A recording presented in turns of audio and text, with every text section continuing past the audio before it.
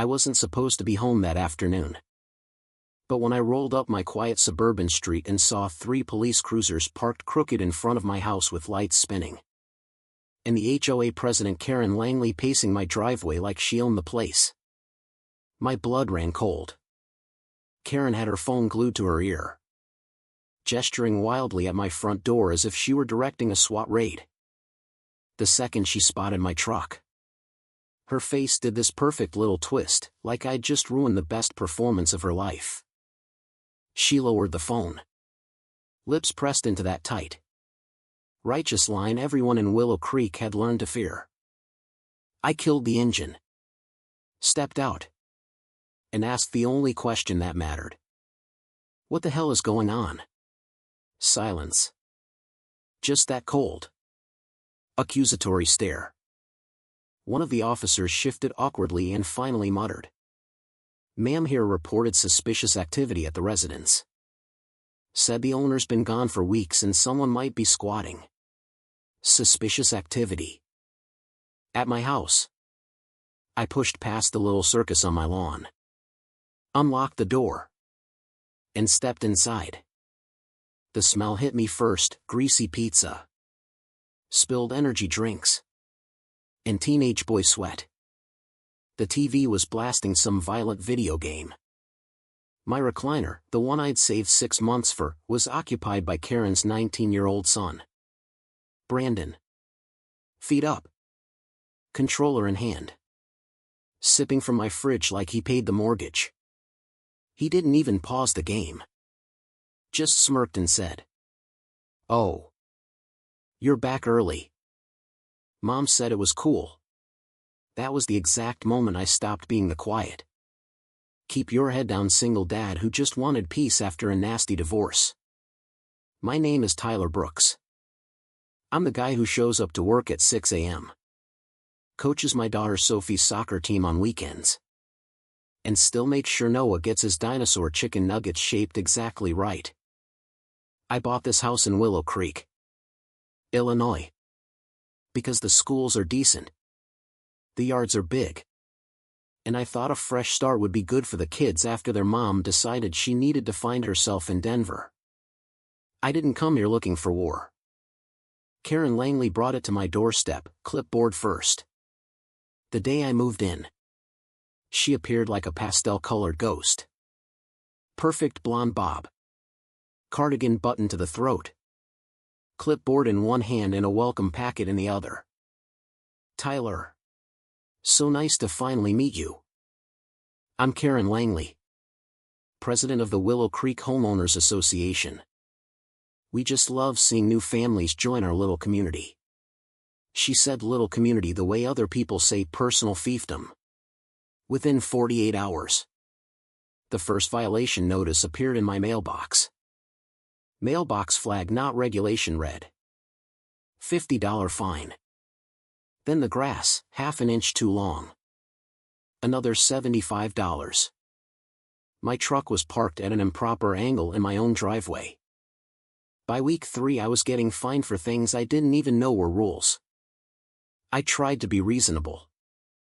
I repainted the mailbox. I mowed twice a week. I even bought the exact shade of Willow Creek beige for my trim. But the notices kept coming, each one more passive-aggressive than the last.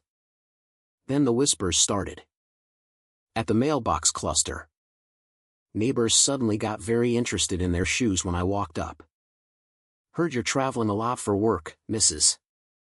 Delgado," said once, eyes darting. "Must be hard on the kids leaving the house empty so much." I hadn't told anyone about my travel schedule, but Karen had. She was building a narrative: Tyler's never home, Tyler's struggling, Tyler's probably going to lose the house. Property values. You know. I stayed quiet. I smiled. I paid the stupid fines, because I had 2 kids who finally had their own bedrooms and a backyard. And I wasn't about to let one power-tripping Karen ruin that. Until the day I came home early. I stood in my own living room watching Brandon Langley treat my recliner like his personal throne and felt something cold and calm settle over me. Not rage. Calculation. "Get out," I said quietly. He actually laughed. "Dude. Relax. My mom runs the HOA. She said the house looked abandoned. We're just checking on it. Community spirit and all that." I pulled out my phone and started recording. "Say that again." Slowly. His smirk faltered for half a second, long enough for me to catch the exact moment he realized maybe Mom's magic clipboard didn't cover breaking and entering. Karen burst through the front door like she was the homeowner. "Tyler. There you are." We were so concerned. The house was dark for days. I told Brandon to pop in and make sure everything was secure. "You understand." I turned the camera on her. "You told your son he could live in my house while I was gone?" She did that thing where she tilted her head and smiled like I was the unreasonable one. "It's not living, Tyler. It's oversight. We have a responsibility to protect property values. You of all people should appreciate that." The cops outside were still waiting for direction. One of them looked deeply uncomfortable.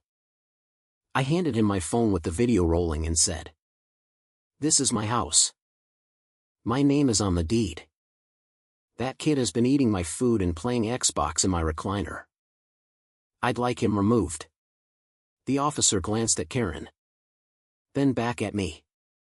"Sir. This sounds like a civil matter between neighbors." That's when I smiled for the first time that day. "Great. Then I'll see all of you in small claims court. Starting with criminal trespass charges." Karen's face went from smug to sour milk in half a second. I didn't explode. I documented. Every new violation notice got photographed, dated, and filed.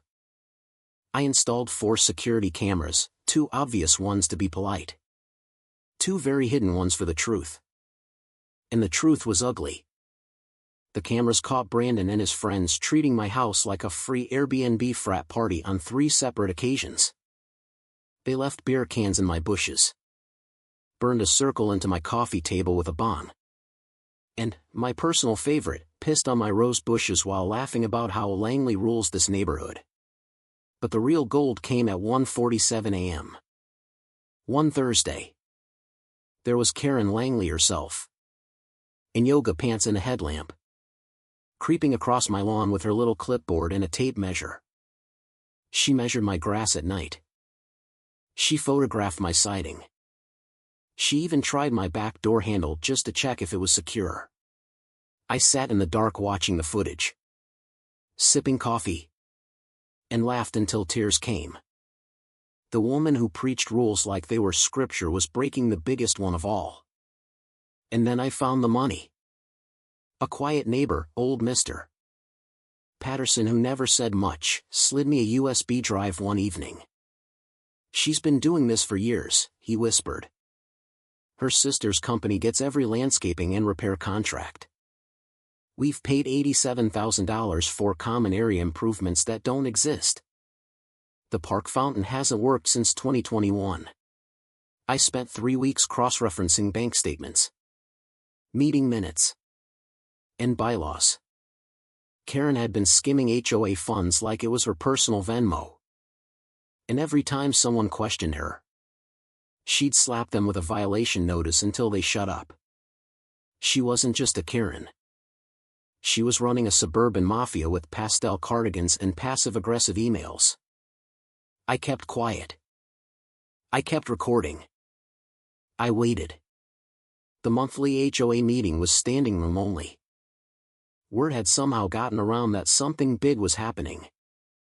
Karen strode to the front in a new blazer, looking like she'd already won. "Before we begin," she announced, voice dripping with concern, "I'd like to address some troubling rumors about selective enforcement." I stood up from the back row. "Actually, Karen, I'd like to address some facts. I plugged my laptop into the projector. The room went dead silent as the first clip played, Brandon and his buddies turning my living room into a trash palace while he bragged. Mom says this place is basically ours until the deadbeat sells. Gasps. Phones came out. Next clip, Karen herself.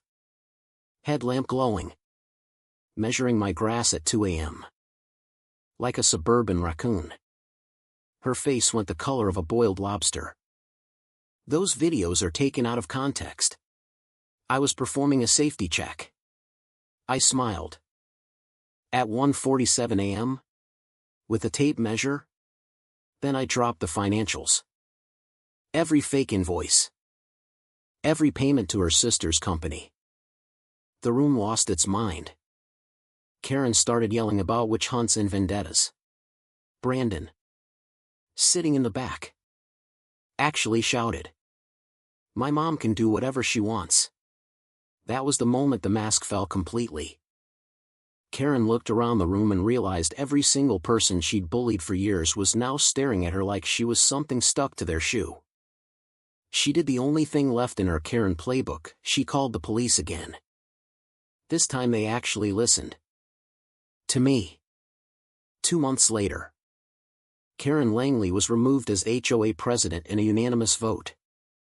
The state opened an investigation into the missing funds.